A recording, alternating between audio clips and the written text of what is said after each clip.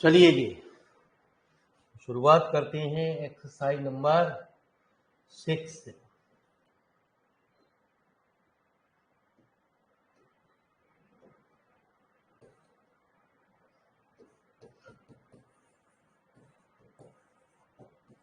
छोटी छोटी सी एक्सरसाइज अब आपके साथ आ रही है। आपको लगेगा ये तो पुरानी एक्सरसाइज है, यहाँ कैसे आ गया? तो बताएंगे गुरुजी क्या डिफरेंस है, कैसे पता चलता है ये इस एक्सरसाइज पे सवाल पहुंच गया है। तो ऑक्सिलरी क्वेश्चन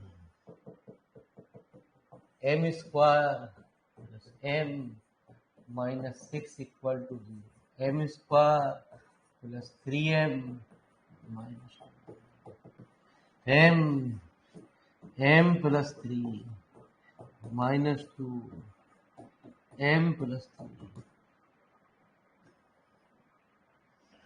तो m इक्वल टू 2 कमा, तो CF equal to C1 e की पावर 2 प्लस C2 e की power PI 1 upon D square plus D minus 6 e की पावर 2x। ठीक है जी। तो ये हमारा रफ वर्क होगा, लेकिन हमें एग्जाम में इस रफ वर्क को करने की फिलहाल जरूरत नहीं है। डी की जगह 2 रख दो। एक्सरसाइज नंबर 2 ऐसा कहती थी कि जहां डी है वहां डी की जगह 2 रख दो, लेकिन मैंने आपको बताया नीचे वैल्यू 0 नहीं बननी चाहिए। ये दूर से ही बता देता है कि ये वैल्यू 0 बनेगी या नहीं।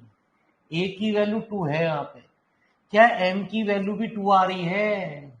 यदि एम की वैल्यू भी 2 आ रही है तो 100% वो वैल्यू 0 है। तो फिर इसके फैक्टर किए जाएंगे। क्या करे जाएंगे? फैक्टर। फैक्टर कौन कौन से हुए? एक हुआ d माइनस 2 और एक हुआ d प्लस 3। जहां ऊपर m, जहां m था m की जगह d रख दो। एक वैल्यू में 0 बनेगी, एक वैल्यू में 0 नहीं बनेगी। यदि b की जगह हमने 2 यहां रख दिया तो 0 बन गया, और एक जगह जहां नहीं बना तो जहां नहीं बना उसमें पहले वैल्यू रख दो। तो कल हम इसी तरीके की पीछे एक्सरसाइज को कह रहे थे, d माइनस 2 e की पावर 2। तो PI निकालने का फॉर्मूला है FD e की power AX into B e की power AX into F D plus A into V। ठीक है जी। तो जहां जहां D है 1 upon D plus 2 minus 2 into 1, तो e की power 2x upon 5, 1 upon D x e की पावर 2x अपॉन 5, y बराबर CF प्लस PI।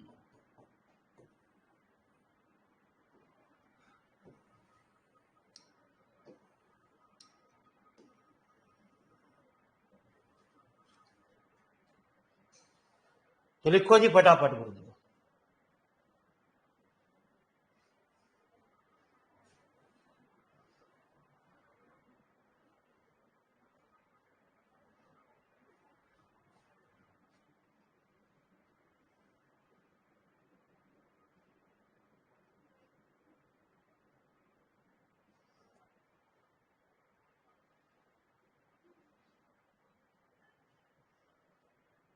जैसा आपको सभी को जानकारी है, कल नया बैच का शुभारंभ हो रहा है। आप जिस भी बैच में टेस्ट लेना चाहते हैं उसमें खाली इंपॉर्टेंट पोर्शन पढ़ाया जाएगा। वहां भी आपको एक ही चीज की सुविधा, आप ऑफलाइन पढ़ना चाहते हैं तो ऑफलाइन पढ़िए, ऑनलाइन पढ़ना चाहते हैं तो ऑनलाइन घर बैठे बैठे पढ़िए। ठीक है जी।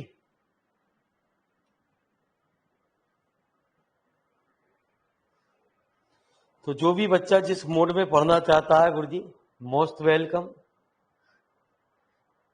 उसकी मात्र फीस 1,000 रुपये रखी गई है। दोनों चीज की सुविधा वहां भी उपलब्ध नहीं है।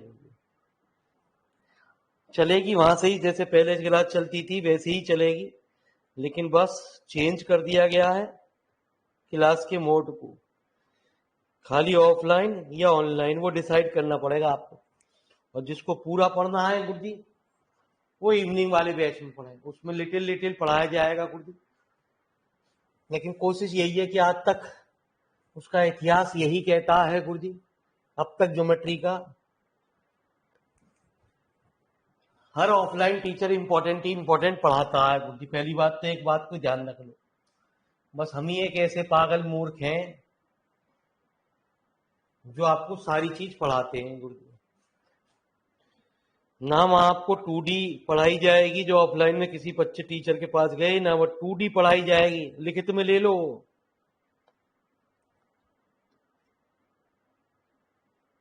ना 3D के कुछ लास्ट चैप्टर है उनको पढ़ाया जाएगा गुरुजी। फीस आपको पूरी देनी पड़ेगी जो भी है उनकी। तो जो भी बच्चा जिस मोड में पढ़ना चाहता है गुरुजी, क्लास को ज्वाइन कर लें, परचेज कर लें, वो आपकी मर्जी। आप चाहते हो घर बैठे बैठे हम ऑनलाइन पढ़ना चाहते हैं तो ऑनलाइन पढ़ेंगे सस्ते रेट में। तो अपने जानकारी दोस्तों को मैसेज कन्वे कर दीजिए। ट्रायल सिर्फ उस बैच का एक ही दिन चलेगा गुरुजी।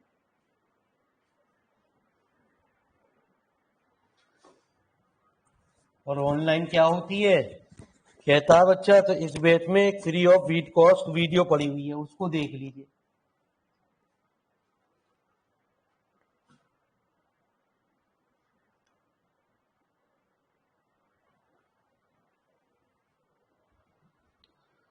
तो जो भी स्टूडेंट जिस मोड में भी इंटरेस्टेड हो, क्योंकि ज्योमेट्री किताब मिस ना करें। मैं बार बार कह रहा हूं, मुझे कुछ फायदा नहीं है, लेकिन मालिक साहब ज्योमेट्री के बिना आप लुढ़क जाओगे। ये किताब कम से कम पेपर से पहले 3 बार रिवीजन हो जाना चाहिए। एक बार तो मैं आपको बैच में खुद करा रहा हूं, उससे पहले आप इस किताब का रिवीजन एक बार करके रखें, है ना जी। 1 तारीख के या 2 तारीख के आसपास मैं फिर दोबारा इसमें क्लास शुरू करूंगा, लेकिन वो शायद याद है 4-5 दिन में रिवीजन सी होगी जी गुरुजी। ज्यादा 1 हफ्ता चलेगी गुरुजी क्लास रिवीजन के तौर पे। इसलिए इस किताब की जितनी बार तैयारी कर ले थोड़ी है। और उस किताब में बस एक ही बात है कि एक बार आप रफ कॉपी बना लें और एक बार फेयर कॉपी बना लें, आनंद लें उस किताब का अलग ही। और जो गुरुजी कह रहे हैं इंपॉर्टेंट वही देखें इंपॉर्टेंट पेपर में। उम्मीद तो यही है कि आज तक तो गुरुजी मतलब जो है हमारा क्या, पूरे किसी का इतिहास फेल नहीं होगा। नहीं तो सब मास्टर रोंगे झीकेंगे कि हुआ क्या ये ऑनलाइन में मेरे मालिक। तो तीसरा चौथा पांचवें में से कोई सा एक सवाल, तीसरे चौथे पांचवें में से कोई एक सवाल पूछिए। तो जो भी बच्चा जिस मोड में इंटरेस्टेड हो तो प्लीज देर न लगाएं, काफी लेट हो चुके हैं आप।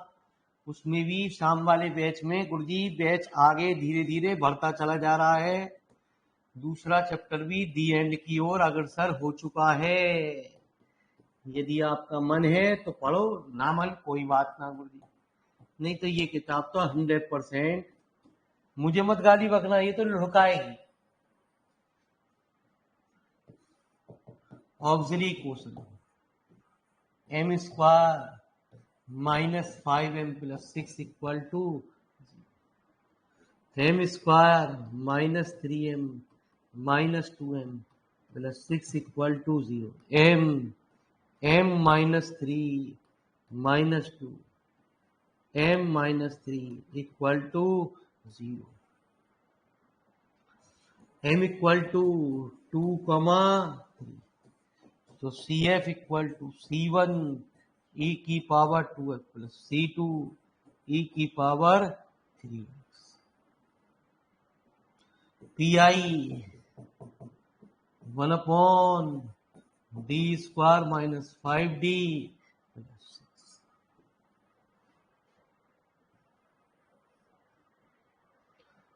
e की पावर x प्लस e की पावर 2x। तो जरा मेरी बात को जरा सभी जने ध्यान से सुन लें प्लीज, इस लाइन पे गौर फरमा लें, तो ये एक्सरसाइज आपको पुरानी एक्सरसाइज पे भी ले जा रही है और यहाँ पे भी ले जा रही है। यहाँ पे a की वैल्यू 1 है, क्या m की वैल्यू भी 1 आ रही है? नहीं आ रही। तो किसी भी हालत में ये वैल्यू 0 नहीं बनेगी।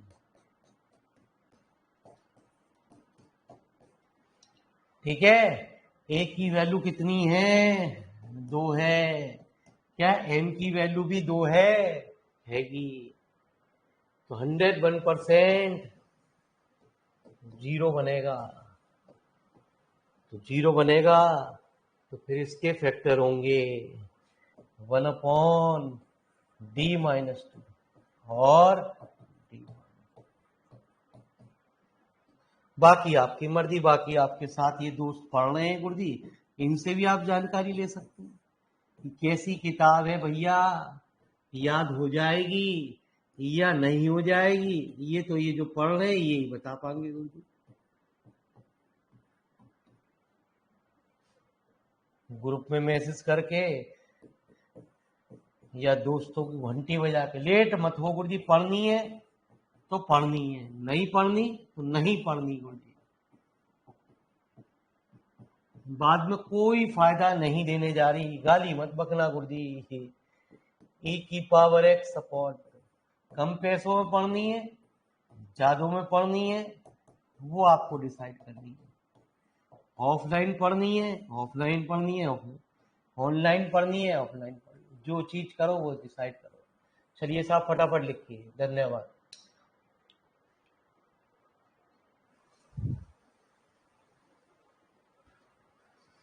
क्योंकि अब ये किताब आपकी 2-3 दिन की मेहमान रह गई है।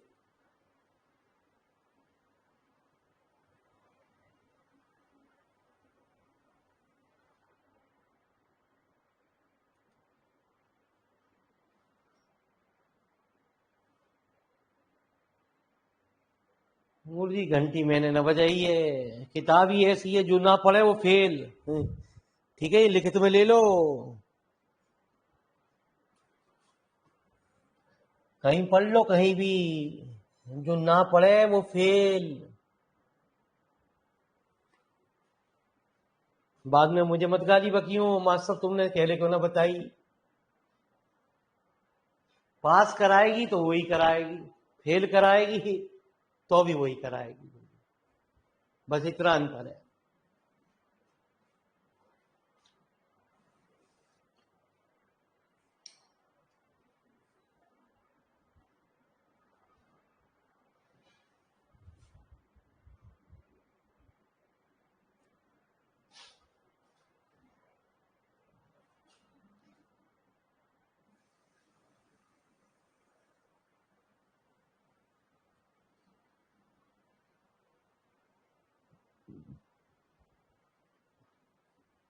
क्योंकि अब छोटी छोटी एक्सरसाइज है गुरु जी, 9-10 एक्सरसाइज है इसके अंदर, हर दिन 2 एक्सरसाइज आपको मान के चलो।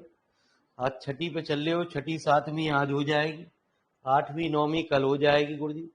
अगले चैप्टर में 2 एक्सरसाइज आएगी, मैक्सिमम 3 दिन में ये किताब लगभग लगभग खत्म होने के कगार पे आ जाएगी।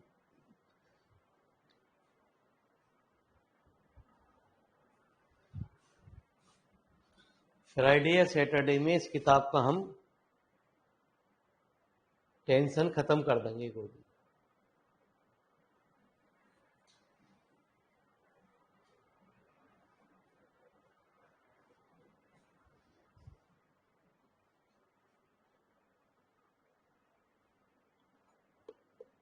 फ्रीविनिंग वाला बैच आपका इस टाइम हो जाएगा।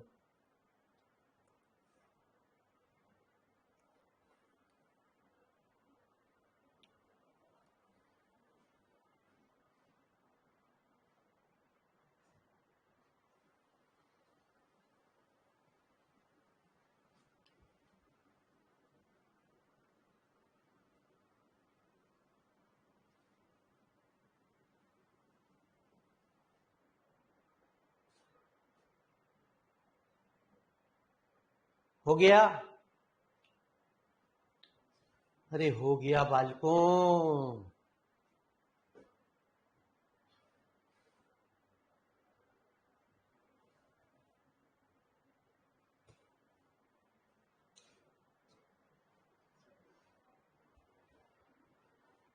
तो लिखो जी छठा क्वेश्चन, लिखिए छठा क्वेश्चन।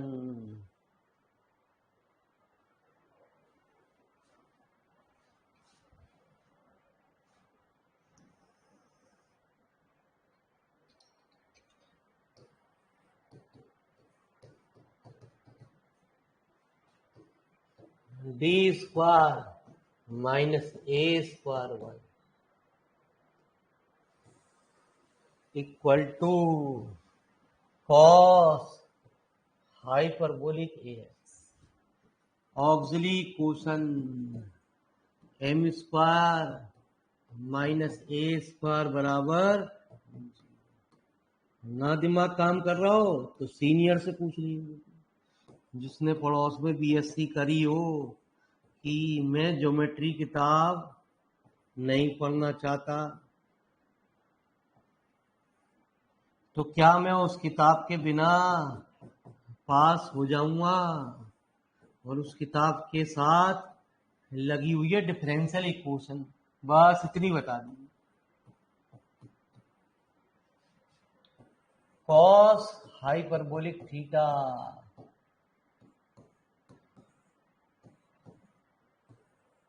तो साइन हाइपरबोलिक थीटा।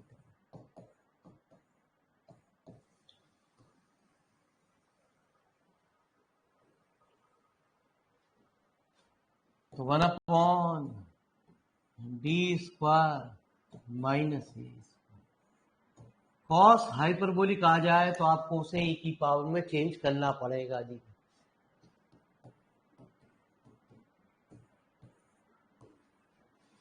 तो 1/2 तो बाहर, 1/d माइनस ए इंटू डी प्लस ए, अलग अलग लिख दिया, प्लस 1/d माइनस ए। फैक्टर कर दिए। फैक्टर क्यों कर दिए बता रहे हैं।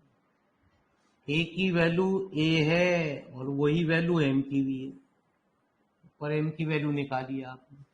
ए की जगह यहाँ माइनस ए है और वो भी एम की वैल्यू है, तो 101% जीरो बनेगा ये। ठीक है जी। 1/2 हर चीज के सिस्टमेटिक रूल बनाए गए। यदि आपने पीआई उस तरीके से निकाला होगा तो आपको नंबर मिलने हैं। आपने कुछ और कर दिया, ठीक है, और टीचर से कहो जी मैंने पूरी कॉपी भरी, सही है, बिल्कुल नंबर ना देगा किसी भी हालत में, चाहे आप ऑक्सफोर्ड यूनिवर्सिटी में क्यों पढ़ रहे हो। तो 1/2a कॉमन आ गया।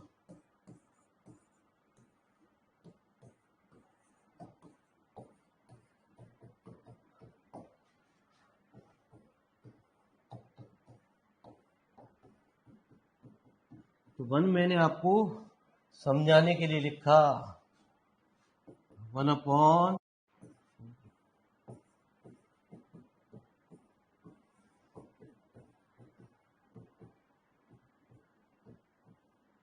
ठीक है जी।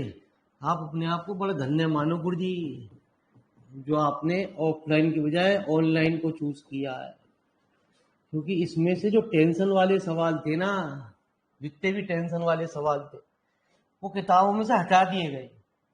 जैसे अभी लास्ट वाला क्वेश्चन आ रहा है, चेक कर सकते हो, ये तो है लेकिन जो टेंशन वाली चीजें थी, जो बड़े बड़े सवाल थे, उनको कह दिया, मना कर दिया कि नहीं।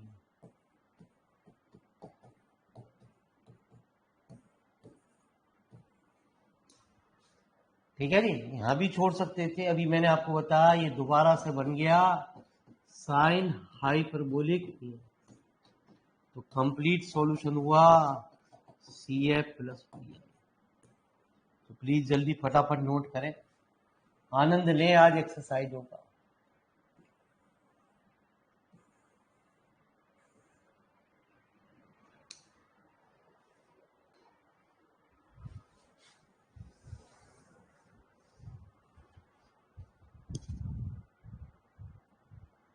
तीस तारीख से पहले पहले आप जरूर इसका रिवीजन करके रखें। 1 तारीख से हम इस बैच को दोबारा से कंटिन्यू करेंगे, सिर्फ ऑनलाइन में। ऑफलाइन में टाइम ही ना हमारे पास। उनके लिए कंटिन्यू होगा तो एग्जाम टाइम पे होगा कि आ जाओ भैया, जो भी प्रॉब्लम पूछ जाओ।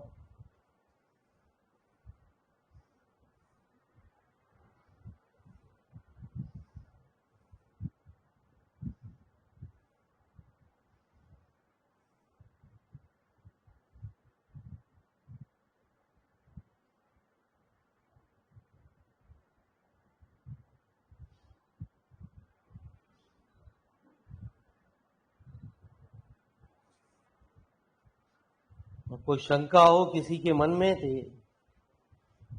पूछ लो जी।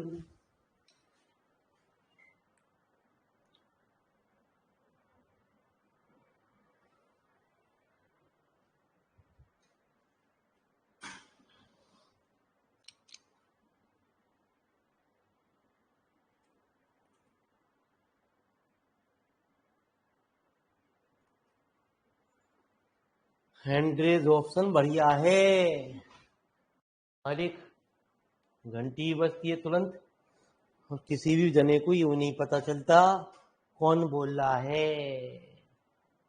भैया कोई दोस्त आवाज पहचानता हो तो भैया हम क्या करें।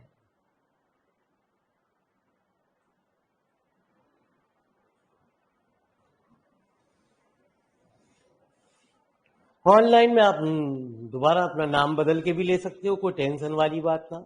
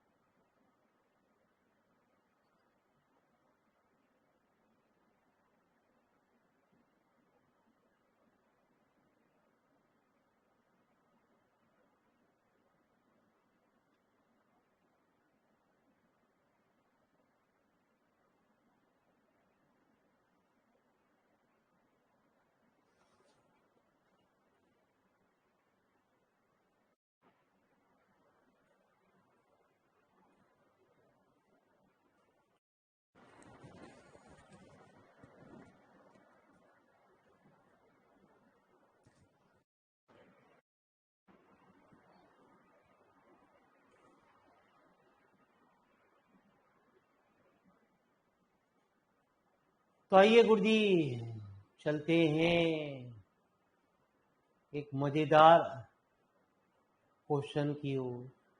8वां क्वेश्चन, इसे किताब में से हटा दिया गया है।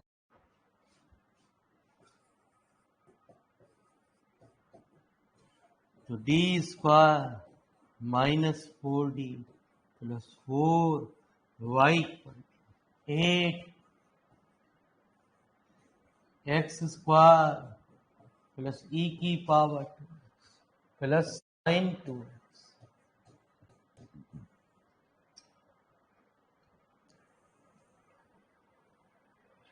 तो इसमें कई एक्सरसाइजों का मिक्सर आ गया जी। M square minus 4m plus 4 equal to, तो m माइनस 2 का होल स्क्वायर बराबर 2 CF C1 plus C2x a की power PI 1/d square minus 4d 8 x square plus e की पावर 2x प्लस साइन।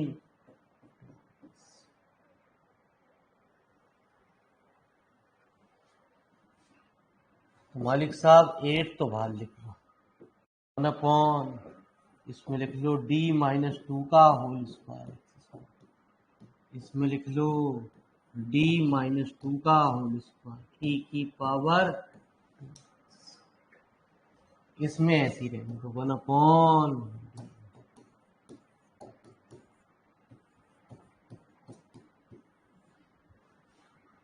तो a आपका 2 है और n की वैल्यू भी 2 है, 100% 0 बनेगा।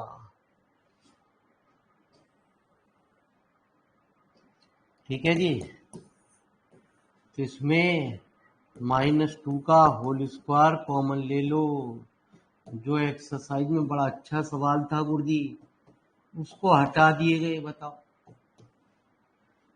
ठीक है जी। 1/, टीचर तो बहुत खुश है ऑफलाइन में, टेंशन वाली चीज यदि ऐसी हटाता रहा तो मजा आ जाएगा।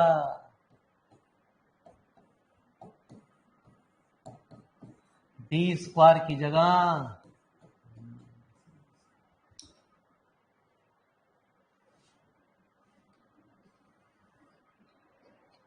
ठीक है जी, सुने जरा मेरी बात को। 1 माइनस ए की पावर माइनस n होती है, 1 plus N A plus n plus 1 power बढ़नी शुरू हो जाती है। 8 1/4, ये पूरा n, ये पूरा माइनस है, तो 1 plus 2 into d by plus 2 plus 1/, तो d/2 का एक्स स्क्वायर प्लस ए की पावर 2x 1/d स्क्वायर, 2 बार integral x square by minus 1/4 1/d integral. ठीक है जी। 8 1/4 multiply plus 2x plus 3/4 into 2 plus x square e की power 2x/2 minus 1/4 1/d minus cos 2x upon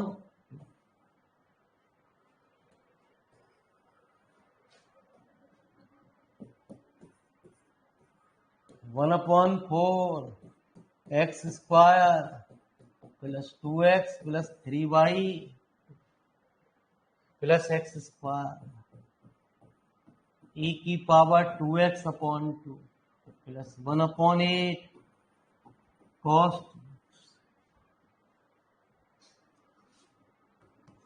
ठीक है जी, 8 की गुणा कर दो तो ये हुआ 2x² प्लस 4x प्लस 3, 8 से 8 कैंसिल प्लस 4। ठीक है जी, प्लस कॉस। तो कंप्लीट सॉल्यूशन तो आएगा धीरे धीरे मजा आपको। मैं बार बार कह रहा हूं, प्लीज डिफरेंशियल इक्वेशन मैट्रिसेस का हर कोई बच्चा एग्जाम से पहले 3 बार रिवीजन करके जाएगा। एक बार हम करा रहे हैं और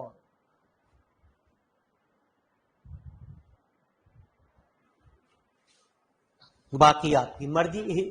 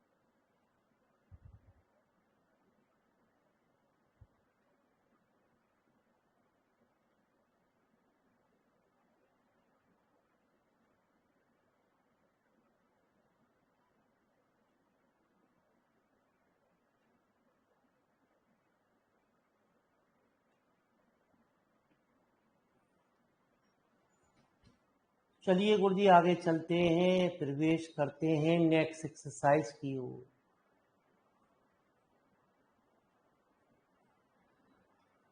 तो लिखते हैं पहले क्वेश्चन नंबर 3। तीसरा क्वेश्चन लिखिए।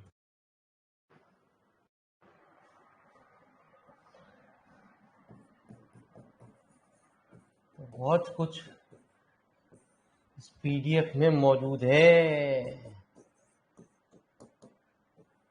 डी स्क्वायर, ऐसी गंदी बात भी नहीं दे रखी। पता ना यार क्या तुम्हारे पढ़े किताब वाले को किताब बनाते समय उसने क्या खेल खेला समझ में नहीं आया। अब बालक तो मेरे मालिक क्या करेगा, डी की जगह एम रख देगा और लिख देगा M square plus M square. ठीक है जी, 2m स्क्वायर। और इसे तो तुरंत मुर्गी के अंडे पे लगे। ये ऑलरेडी m मौजूद है तो मालिक साहब कुछ और रखो। मैंने बताया था जरूरी नहीं होता कि d की जगह m ही रखा जाता है। यार ये वाली बात भी नहीं दे रखी अब सवाल में। अब तो हमें धीरे धीरे याद आ रहे हैं। तो CF बराबर e की power 0x C1 cos mx plus C2 sin mx into PI 1/d square plus m square into sin mx। मेरी बात को जरा ध्यान से सुनना, जब तक मैं ना कहूँ लिखना मत ना। यदि पुरानी एक्सरसाइज से देखा जाए तो नीचे वैल्यू 0 बन रही है, ये तो रॉन्ग हो गया गुरुजी। तो फिर क्या करा जाता? एक ई की पावर आई थीटा पढ़ा होगा आपने। ई की पावर आई थीटा क्या होता? कॉस थीटा प्लस आई साइन थीटा। ये हमारा कहलाता रियल पार्ट और ये कहलाता हमारा इमेजिनरी पार्ट। आई वाली टर्म को हम इमेजिनरी पार्ट में कैलकुलेट करते हैं। ये रूल जब लगता है जब वैल्यू 0 बने। यदि यहाँ साइन है तो लिखोगे इमेजिनरी पार्ट, यदि यहाँ कॉस होता तो लिखोगे रियल पार्ट। ये रूल मैं आपको बता रहा हूं बार बार, कब लिखा जाता है? जब वैल्यू 0 बने। यदि ये साइन 7x होता तो e की पावर 7ix। यदि ये cos 7x होता तो बस अंतर होता रियल पार्ट और cos 7x। धीरे धीरे सब टेंशन मुक्ति होगी। भगवान पेपर टाइम पे इनको याद करा दिए। भैया मैं बार बार कह रहा हूं प्लीज हमारी बात सुन ले। इस सेमेस्टर की सबसे हार्ड किताब यही है और जब जब आएगी हार्ड ही रहेगी। एक वैल्यू में 0 नहीं बन रही, तुरंत वैल्यू 0 बना, वो डी की जगह जिसमें 0 नहीं बनना वैल्यू रख।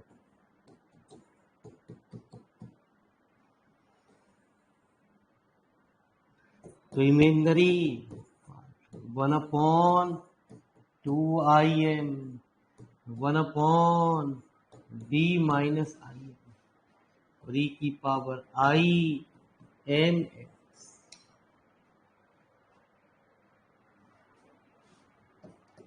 तो इमेजिनरी पार्ट आई की ऊपर नीचे मल्टीप्लाई कर दो।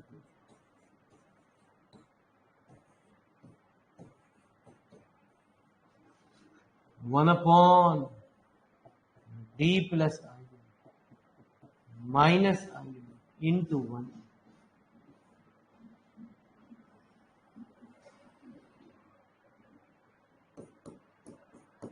ठीक है जी। कभी भी आई जो है टर्म वो नीचे नहीं होनी चाहिए। आई इसको तोड़ दे, कॉस एम एक्स प्लस आई साइन एम 1/d इंटीग्रल है ना जी। 1/d 1 का इंटीग्रल। तो imaginary part minus x upon इस आई के अंदर गुणा कर दे। जब तक इस तरीके के कई सवाल नहीं हो जाएंगे, अगली एक्सरसाइज में भी यही कुछ रूल है जी आता, तो और ज्यादा क्लियर होगी।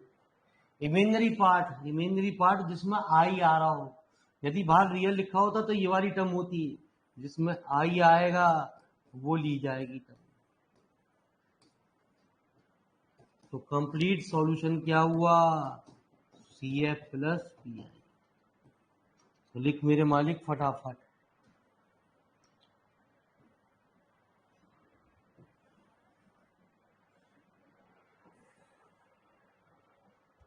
धीरे धीरे जब सवाल होंगे तब तब क्लियर होगी, अभी टेंशन नहीं लेने का कोई भी जने को।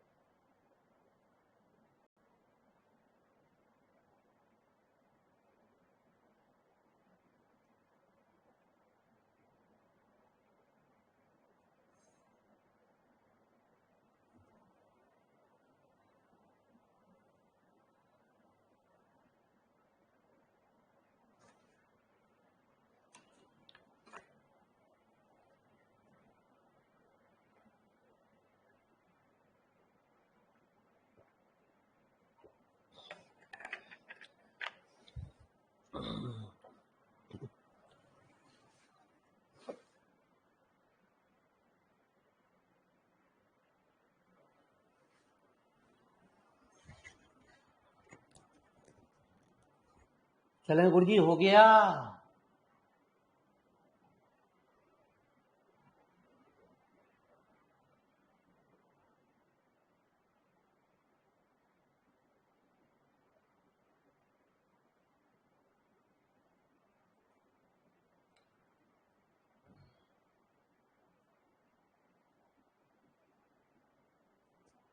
तो लिखो क्वेश्चन नंबर 5। किताब वाले ने क्या करा आज मेरे मालिक। क्वेश्चन नंबर 5 लिखिए, 5।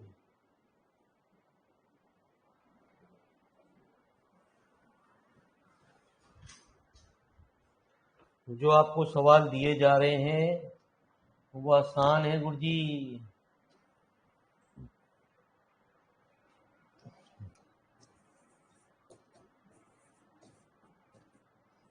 तो D square plus 4y equal to sine square.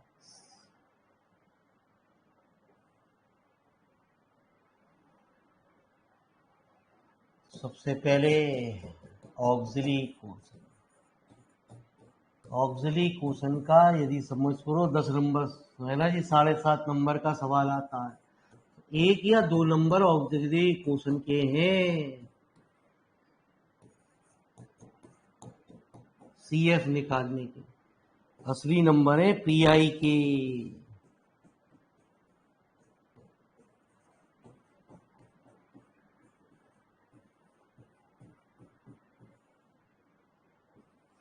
तो पर्टिकुलर 1 साइन स्क्वायर एक्स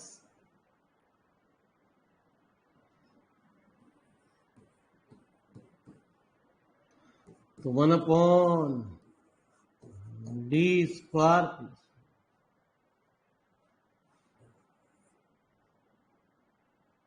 यदि साइन स्क्वायर थीटा है तो इसे चेंज करो 1 माइनस कॉस 2x अपॉन अलग अलग लिख दो 1 D square plus 4 into 1 minus 1 D square plus into cos. फिर वही बात, यदि नीचे ये वैल्यू रखी जाए तो वैल्यू ये क्या बन रही है 0। साइड में दिखा दोगे कोई दिक्कत, ऐसी बात नहीं है। 1 डी स्क्वायर प्लस ई की पावर 0। यदि कॉस है तो हम लिखेंगे रियल पार्ट। फैक्टर करे जाते हैं, आई स्क्वायर लिखा जाएगा और यहां लिखा जाएगा ई की पावर 2i।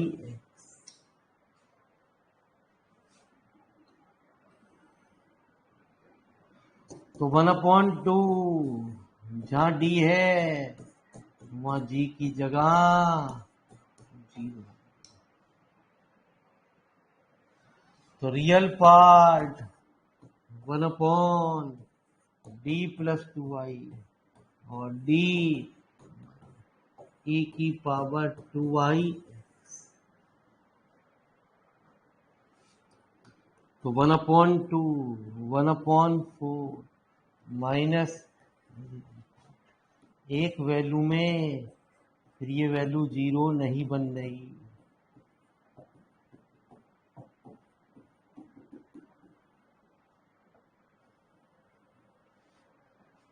तो 1/2 minus 1/4 minus real part 1/4i आई की ऊपर नीचे मल्टीप्लाई करना।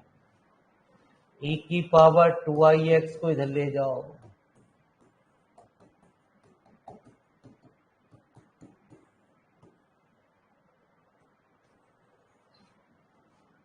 तो 1/4 minus minus plus i/4 E की power 2i cos 2x plus i sine into x तो 1/2, 1/4 plus real part x upon I cos minus sine,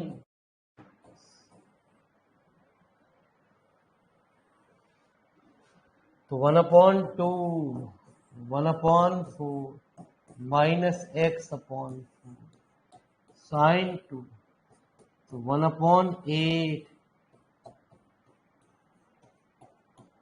तो complete solution.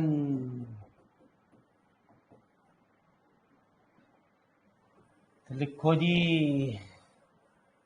Real part का मतलब वो पार्ट जिसमें आई ना आ रहा हो। अगले चैप्टर में भी इसी से मुलाकात होने जा रही है आपकी।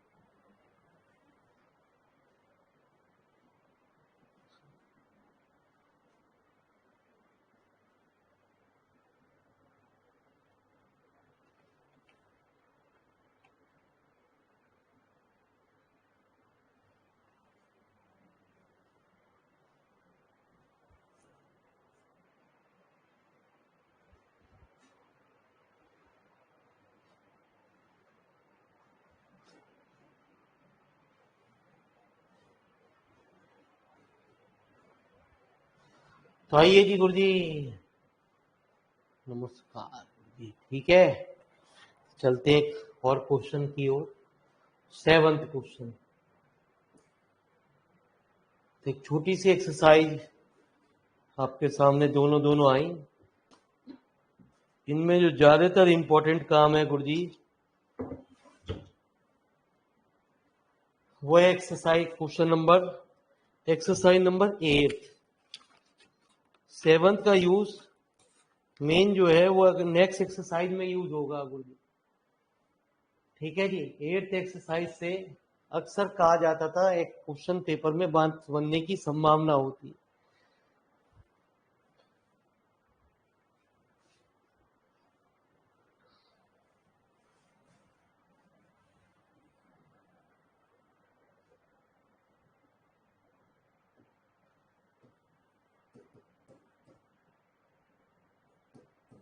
तो D square plus 9, D square plus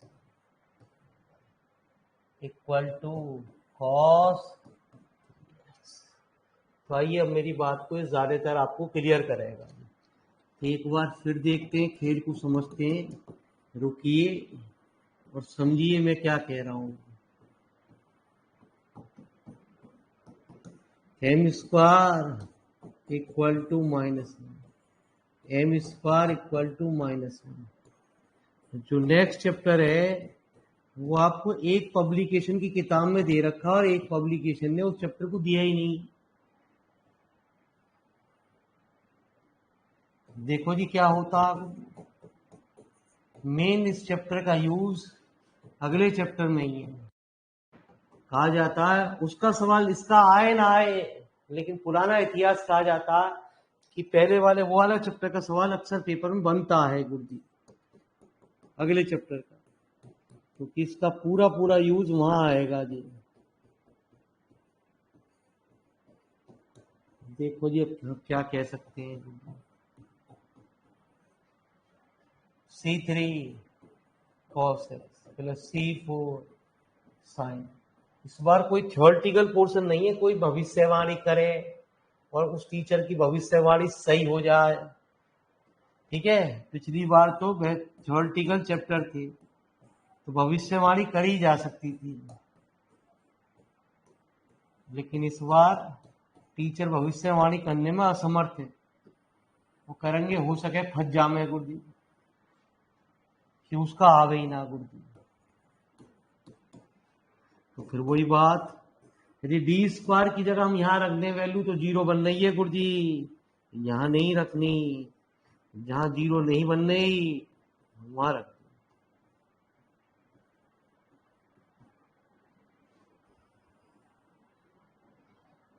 तो जहां 0 बन रही है वो रियल पार्ट किसकी वजह से, इस कॉस की वजह से।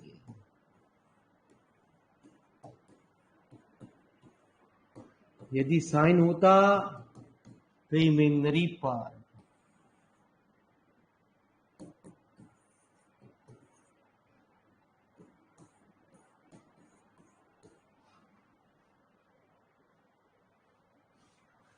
तो इसके फैक्टर करेगा ये।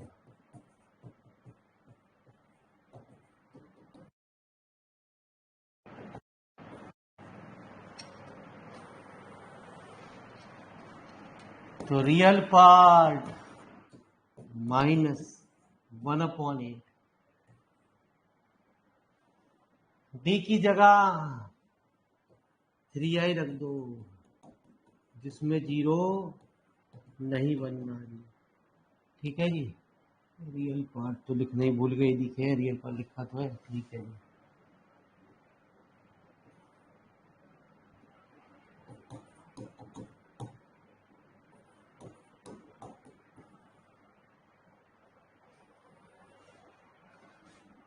तो रियल पार्ट कांस्टेंट को बाहर निकाल दो, -1/48i, आई की भी ऊपर नीचे मल्टीप्लाई कर दो, e की पावर 3ix डी।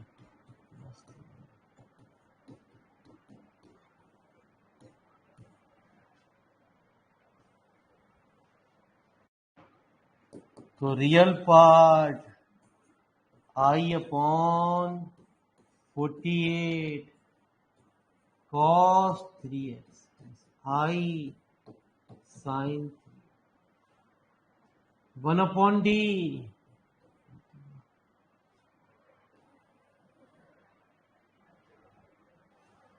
तो रियल पार्ट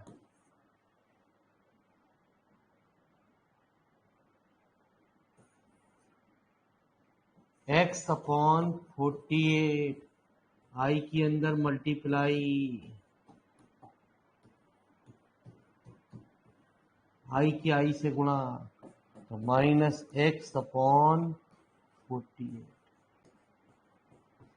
ठीक है जी। तो एक रूल मैं आपको यहां सिखा रहा हूं गुरुजी, लेकिन इस रूल को यहां मत लगाना किसी भी हालत में। ठीक है जी, नंबर नहीं मिलेंगे मेरे मालिक। शॉर्टकट मेथड, क्योंकि शॉर्टकट सुनते ही बच्चे का दिमाग खराब होता है। यूं समझ लो ये मेथड आंसर चेक करने के लिए है, और लिख दे रहा हूं क्लियरिटी के साथ। तो -1/8 D square plus 9 into cos, तो -1/8। ये रूल जब लगता है जब वैल्यू 0 बनती है। पीछे की एक्सरसाइज में भी लग सकता था, ऊपर x की गुणा और नीचे y टर्म का डिफरेंशियल।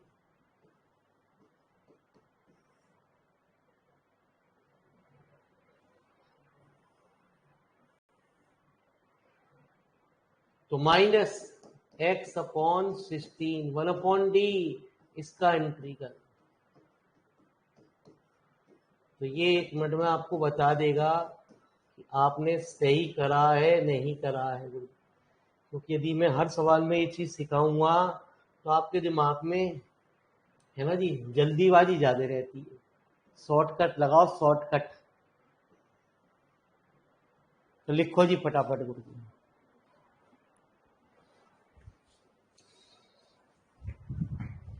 ये रूल जब ही लगता है जब वैल्यू 0 बनती है, तभी इस शॉर्टकट मेथड को अप्लाई किया जाता है। इसका यूज हम आगे के चैप्टर में लगाएंगे, वहां इसकी जरूरत पड़ जाती है। लेकिन पेपर में 15 नंबर का सवाल आ रहा है, मत लगाना गुरुजी किसी भी हालत में। 7.5 का आ रहा तो भी मत लगाना। हाँ।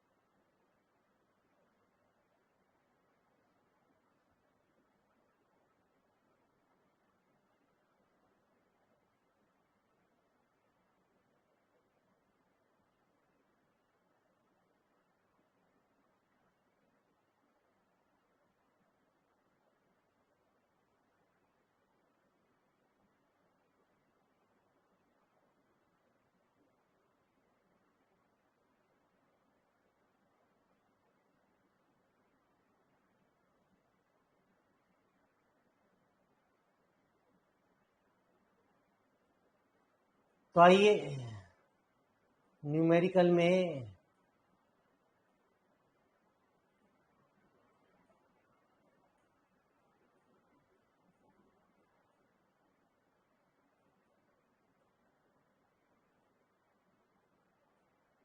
इस शॉर्टकट का तरीके का रूल सिखाते हैं आपको।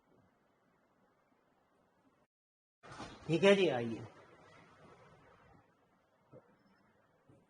तो इसका पी आई 1 मिनट में निकल आएगा।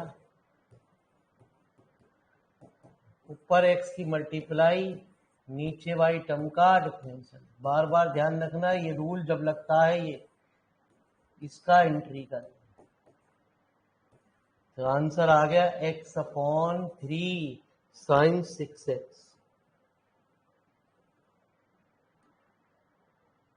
ठीक है जी।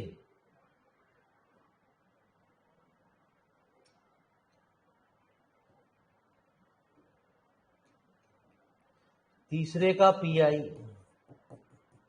1/d² + m² इंटू साइन ऊपर x नीचे वाली टर्म का डिफरेंशियल x/2 साइन mx का इंटीग्रल माइनस cos mx यही आ रहा है।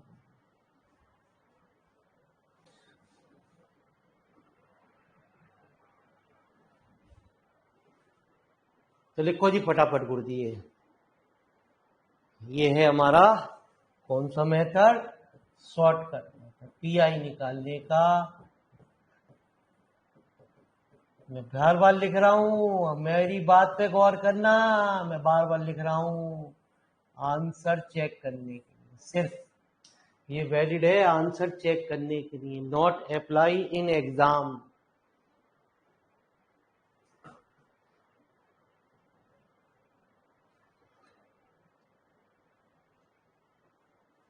तो चलिए साहब, आप लोग अपना अपना कीमती समय दे रहे हैं, बहुत बहुत धन्यवाद। ठीक है जी, जो आप इतना समय निकाल के, तो कल हम करेंगे इसकी आगे की एक्सरसाइजों का शुभारंभ। ठीक है जी, यहीं से मेन शुरू होता है गुरुजी। हमारे हिसाब से पेपर में आगे की एक्सरसाइज से सवाल पूछा जाना चाहिए। हम क्यों कह रहे हैं ऐसा? पुराने चीजों को देखते हुए, पुराने पेपरों को। चलिए गुरुजी, नमस्कार सभी विद्यार्थियों को। भगवान आपकी हर तमन्नाएं पूरी करे, हर इच्छाएं पूरी करे।